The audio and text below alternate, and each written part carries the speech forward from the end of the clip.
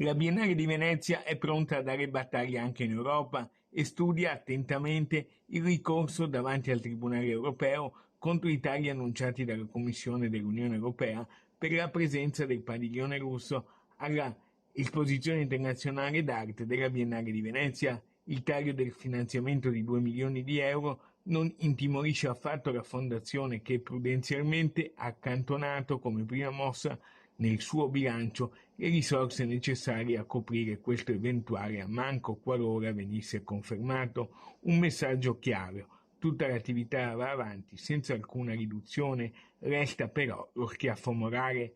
La decisione arriva al termine della riunione del Consiglio di amministrazione della Biennale presieduta da Pietrangelo Buttafuoco, che si è svolto a Ca' Giustinian.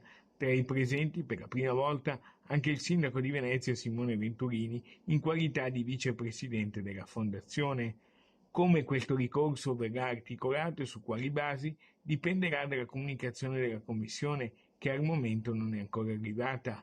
Al termine del Consiglio di amministrazione, il governatore del Veneto Alberto Stefani ha poi dichiarato di confidare in un ripensamento da parte di Bruxelles, ritenendo che si tratta di una montatura in un contesto in cui viviamo e in un momento in cui ci sono ben altre preoccupazioni rispetto a quella che è oggetto di contestazione dalla Commissione in questo momento. Una posizione molto chiara. Il sindaco Venturini invece ha annunciato che aspetta il ministro dei beni culturali Alessandro Giulia alla mostra per accoglierlo con la cordialità di sempre.